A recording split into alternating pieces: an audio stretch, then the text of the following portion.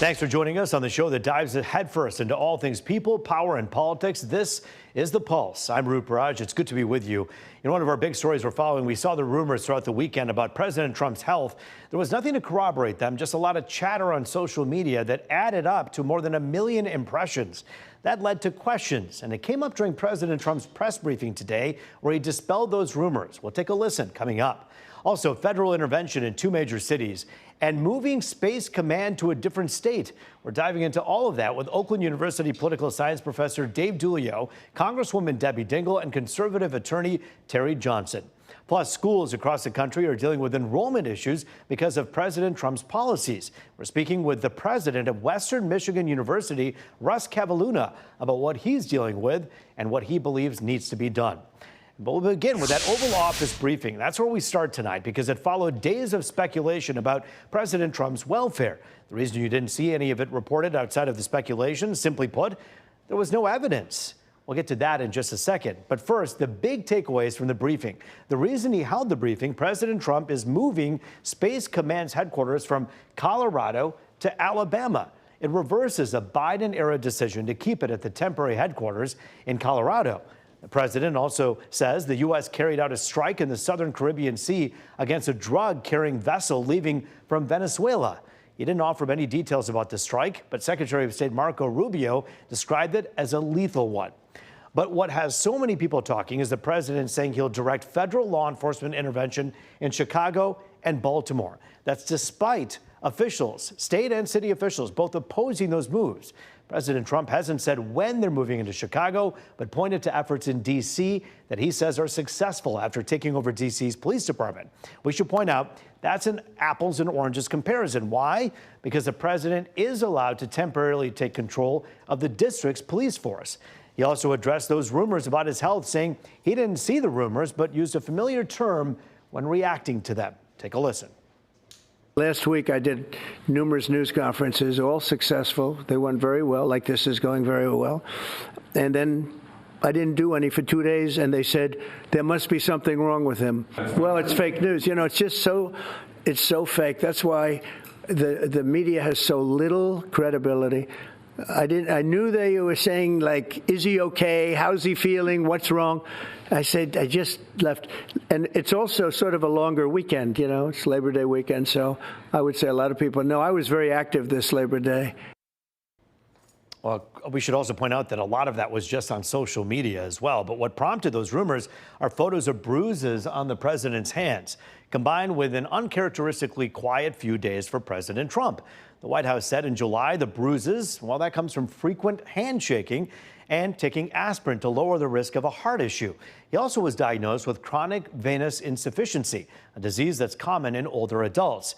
And those days without official public appearances included the day a gunman opened fire at a Minneapolis Catholic school. The president himself did not hold a briefing, as presidents frequently do after tragedies like that. The only time he was photographed coming and going from a golf trip over the weekend was going in and out of the Beast, the vehicle that transports the president. It comes the same day as a federal judge rules the Trump administration deploying the National Guard to Los Angeles was illegal. The judge said the administration's plans to deploy the Guard in other cities raises concerns. They're creating a national police force with Trump as chief. California sued, saying troops were violating a law that blocks the military from enforcing domestic laws. The White House is expected to appeal that ruling. A lot to unpack from this briefing, and there's only one guy who can do it all to unpack all of this. Oakland University political science professor Dave Dulio back in Studio C. Always great to see you, Dave. Thanks for joining us here on The Pulse as we talk about all of these issues. Where to begin? Well, we'll begin with the president's health. Clearly he looked robust. He looked, as he is. He looked like a person who's working 15 hours a day to run the country. Yet what we saw on social media in the last 3 days, what was your reaction to that speculation that was fueled? More of the same. Yeah. You know, it's this social media swirl that I think just runs rampant these days, where somebody starts with a comment and then it gets picked up, it goes viral, right? We've seen that for years and years and years. And before you know it, it's got a sort of life of its own. And this president obviously has spent a lot of time on social media and in front of the microphone. And credit due where it's due, more than President Biden, who would shy away from the microphone for the last couple of years. Well, and I think this is really only an issue because it was such a focus of the last campaign, and specifically by the Trump team, right? Sure. Where they were very critical of Joe Biden, President Biden at the time, and his lack of access to the press, his lack of news conferences, et cetera, his lack of a public image, right? And I think because Trump is so public, when there's even a slight deviation from that, it's newsworthy. And President Trump is so focused often on strength and weakness, appearing and not appearing, hiding out and not hiding out, that when he wasn't seen for a few days, it fueled people to ask the question, where is he? Well, let's move forward into some of the big news that he made today while he was at the White House. He basically said, look, I'm going to do the federal intervention in Baltimore and Chicago. He said he doesn't have a timeline, but I found it striking that he said, I'm waiting for the governor of Illinois to call me, and I'm hoping he does. There's a key there, because it's up to states to begin the National Guard process, right? We are once again in a very, while it might seem clear-cut, right? We are in a very complex, multi-layered scenario that involves constitutional responsibilities and other areas of federal law, right? Where the president is commander-in-chief of the armed forces, period. End of story. But there is a law from 1878, the Posse Comitatus Act, that says the federal military cannot be used domestically in a law enforcement capacity. There are several exceptions to that, including one that is about the president having trouble enforcing federal law. But usually, National Guardsmen and women can only come into a state if the state's governor invites them or activates them. I do find it interesting that that federal judge today basically said it was illegal for President Trump to send troops into L.A., when in fact we did see people throwing things at ICE agents. And if it's to protect troops, the president does have an argument, right? Absolutely. And one of the other exceptions to the Posse Comitatus Act is if federal troops are there to lend support to on-the-ground local law enforcement. So right here, this is where the lawyers are going to argue about these different exceptions and facts of the case. And these judges are going to have to interpret not only those arguments, but the laws that are on the books. And this is going to get appealed immediately. The judge even acknowledged that. It only, and I think importantly, it only applies in California. So any plans that might be underway for Chicago or Baltimore are likely to continue. Some of the exceptions, and I read about the law that basically said, look, if it's to protect someone's civil rights, then you can go send in some federal troops. Could it be argued constitutionally that the people of Chicago have a civil right to feel safe? And if there are 60 people shot in 3 weeks, then that's a violation of civil rights? I think the White House should add a new lawyer to their list here. I think you're making a good case for him, right? Listen, we always play devil's advocate, and we always try to Absolutely. figure this out, but that there is something there, but there's also states' rights, and that sovereignty is critically important. That's a guardrail. No doubt about it, right? And we very rarely see National Guardsmen and women come into a state without the approval of state and even local officials, right? So not only is Trump trying to get around some of the, he's trying to use some loopholes that exist potentially, right? Sure. But he's going around the normal course of action, which is pretty much par for the course for this president. Well, President Trump is going to face, as he has already, dozens of attorneys general and federal judges on the way to trying to make this happen in Chicago. We'll watch it every step of the way. But Dave Doolio, it's good to see you. Thanks for joining us here tonight on Thanks, The Pulse. Rube.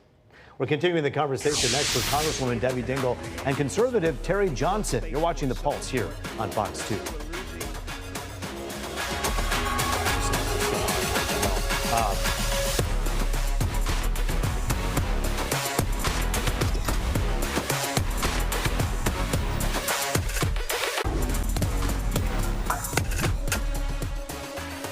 Back now on The Pulse, looking at all things people, power, and politics. Good to be with you. Here to talk about what came out of the president's briefings and the rumors about his health as well. In Studio C, attorney and conservative advocate Terry Johnson, and live via Zoom, Congresswoman Debbie Dingell in Washington. It's good to see you both. Thanks for joining us here on The Pulse. Thank you for having me. Good to be with you. Congresswoman, good to be with you as well. I want to begin with some of the news of the day. Look, here's the deal. Whenever someone sends a press release to a news organization, there's the story that they want you to talk about, and there's the story that actually happened. And I got to be honest, when this news conference was over, the Space Command Center is huge, and we will talk about that in a moment. But what he said about sending troops to Chicago and also Baltimore made news across the world. It seems as though he's really serious about this. Look, he didn't give a time of when he was going to do it, but it's clear he keeps saying it. He put troops in Washington, D.C., which I saw when I came back here today. He put troops in L.A., and he says he's going to do it to these other two cities. But I want to make this point to everybody. First of all, everybody wants to be safe, and we all should be investing in keeping all of our cities safe. But military troops are trained to protect us from foreign enemies. They are military trained. Law enforcement is trained to keep us safe, but try to de-escalate situations. I'm not comfortable with the militarization of law enforcement in our cities, and we will see how this plays out because it's also costing a lot of money, and I don't want it to come at a cost to our national security. Congresswoman, I want to talk about some numbers for a moment, though. 60 people shot at in Chicago, 8 Chicagoans dead in the last 3 weeks. More violence than we've seen in Afghanistan and other parts of the world, as the president pointed out. Is there a need for something more than the police force here? Look, those numbers are for the last 3 weeks. Chicago's numbers have been staggering and depressing at the number of young people, older people that are killed by gun violence every week. And by the way, I think we should all be trying to do something about gun violence together as well. I happen to believe in state rights. I don't believe in the federalization of taking over. The governor and the mayor have been opposed to it. We'll see how it plays out.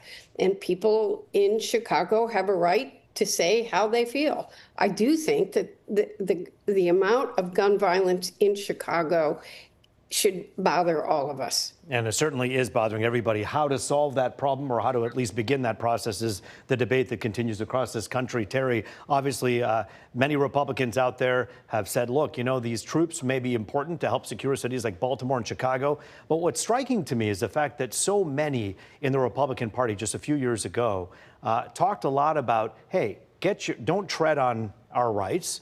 Keep your federalization away from me. We have our own rights. We have, of course, in our Constitution, the right to form a militia, right? I mean, there's all these things that are very Republican talking points. But when this president does it, it seems as though those voices are silent. Yes? Well, I disagree. I think what you have right now, and as the Congresswoman pointed out, and I'll just sum up what she said in one word, it's a crisis. A crisis is going on in Chicago. This crisis is not only happening in Chicago, but it's expanding outside of a little area in Chicago, Cook County, Illinois, Indiana, the whole 9 yards, and something needs to be done. And I think the people that really need to answer these questions isn't the governor, it isn't the mayor. I think it's the citizens who are on the south and west side of that city who are living with these people that are getting killed and shot at all the time. I mean, this has to stop. And who wouldn't want help coming in to somehow say, hey, thank you for helping keep me and my family alive? Who doesn't want that? Congresswoman Dingell, a lot of people are saying that, look, you know, perhaps he's putting together a system in which you can kind of have a police force that's nationalized, in which he would be the chief. Those are some conspiracy theorists and some who are very concerned. Do you think there's any validity to those concerns? Well, the courts today acted and said that President Trump cannot be the police chief for the country. I think we need to worry about the militarization of our local law enforcement. It can set very dangerous precedents, but I also think Democrats and Republicans have got to work together to make America's streets safe. Everybody wants to be safe, and we should be investing in law enforcement at the local level to keep them strong and safe, not cutting appropriations as we are watching them do right now as well. Congresswoman, the Space Command Center in Alabama that's being talked about, what do you make of that? And your thoughts on him reversing what President Biden at the time said should go to Colorado and saying, no, it should go to Alabama instead?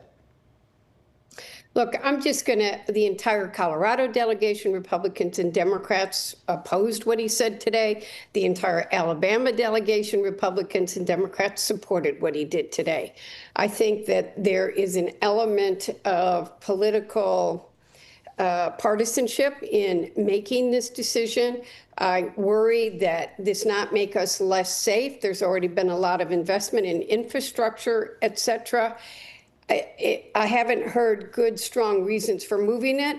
And it is interesting to watch the bipartisan delegation in both states be strongly opposed and strongly for. Terry, last question goes to you. As you heard the buzz on social media during Labor Day weekend, the president was nowhere to be seen, at least on social media or in front of a microphone. It concerned some Republicans and became fodder for many Democrats out there. Your thoughts on what we saw unfold? Very briefly, here's the funny part about this. When he goes on camera, everyone says, oh my God, he needs to stop talking. He talks too much. When he doesn't talk, then it's, oh my God, what's wrong with him? So you know what? I think he's doing what he needs to do as president in terms of how he's spending his time in front of and away from the media. So no problems. When President Joe Biden was not seen for many, many weeks and months, there was concern in the media. And for those out there who think we didn't cover it, we did. In fact, we talked to Congresswoman Dingell about it as well. Look, these are high-profile jobs with a lot of eyeballs. And Congresswoman, you're one of those people who has a lot of eyeballs on you. We thank you for sharing your thoughts with us here on The Pulse. We're out of time, but thanks for your time, Congresswoman. Thank you. Good being with both of you. Terry, thanks so much for joining us. We always have enjoy your perspective here on The Pulse. It's a new era for college and university presidents trying to navigate the Trump administration's policies, and one in Michigan says it's making it tough to bring in students. We actually have some very unique perspective from Western Michigan University's president. He's in Studio C. We're watching The Pulse here on Fox 2.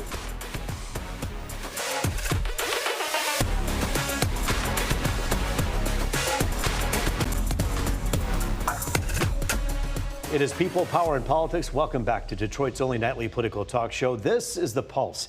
Here to talk about the impact he says President Trump's policies are having on enrollment, Western Michigan University President Russ Kavalhuna. And President Kavalhuna, good to see you. Thanks for joining us on the air tonight. Good to be with you, Rube. So I want to throw something at you that I just saw recently. The University of Central Missouri says demand was high as ever for international students to come on board and to go to school there.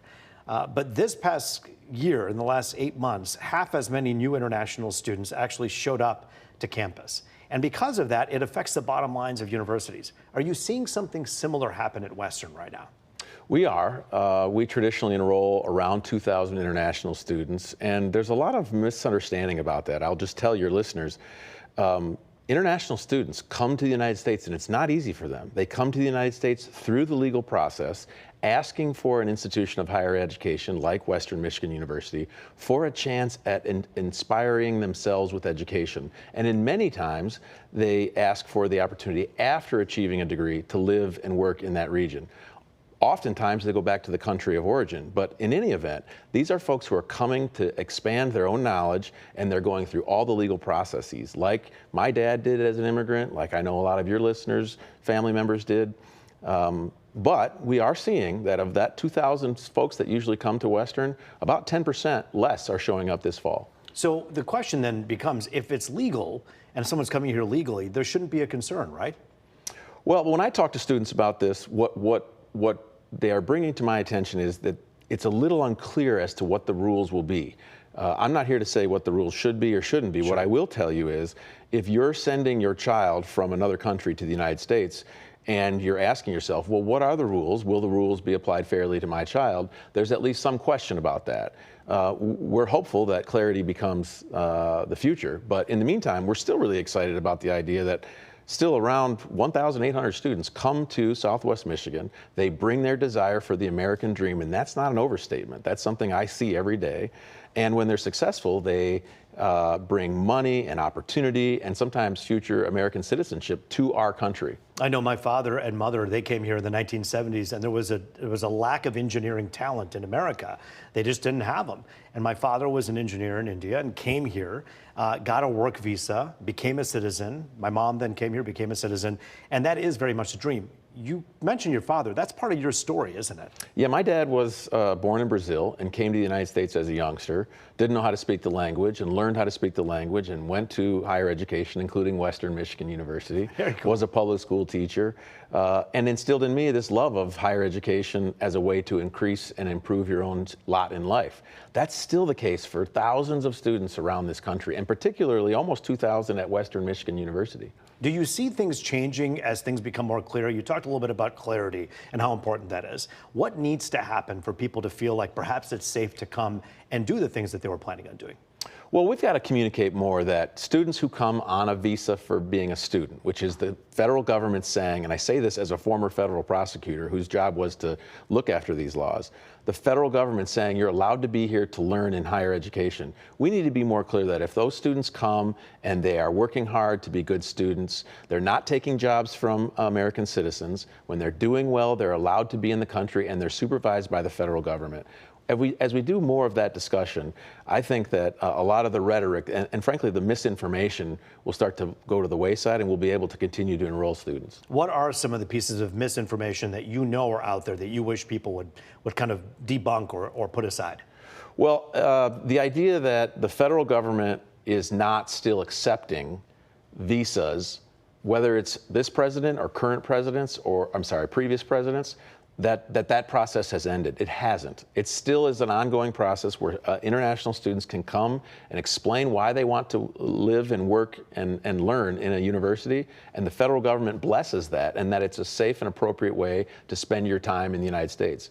That has been called into question, and I got to tell you, right now, over 1,500 students are doing that in a really good way at Western Michigan University. When you zoom out and you look at academia in general, and not Western Michigan, but instead just the entire system, there were so many people who are protesting the ongoing wars that are going on overseas. And because of those protests, many people were at risk of being told they have to go back home. Has that played a huge role, would you say, across the country in enrollment? You know, I can't speak for around the country. I can say at Western Michigan University, we had those protests, and no citizen, no international student, no one was arrested, no one was unsafe, and certainly no international student was grabbed and deported. I've heard reports of that existing in other campuses, but I got to tell you, here at Western Michigan University, we haven't experienced that. In fact, what we have done is held a safe environment where people can do what they should do at higher education. They should have a vivid disagreement about ideas and let them build their own idea of what the world should be in a safe but productive discussion. We have about 20 seconds left. What's your hope moving forward when you look at higher education? Well, whether you're a Democrat, a Republican, or an independent, higher education has been the backbone of social and economic progress in the entire country. It has to stay that way, and we're committed to making it. President Russ Kavalhuna, the new president of Western Michigan University. It's great to see you. Thanks for making your debut on the Pulse here tonight. We Go Broncos, Roop. Go Broncos. That's what I'm hearing. Go Broncos. Hey, that's a nonpartisan issue. We can all get on board with that. Most everyone. That is the Pulse for tonight. Thanks so much for joining us. I'm Rup Raj. As always, it was great to be with you. Go green, go white. That's it, right?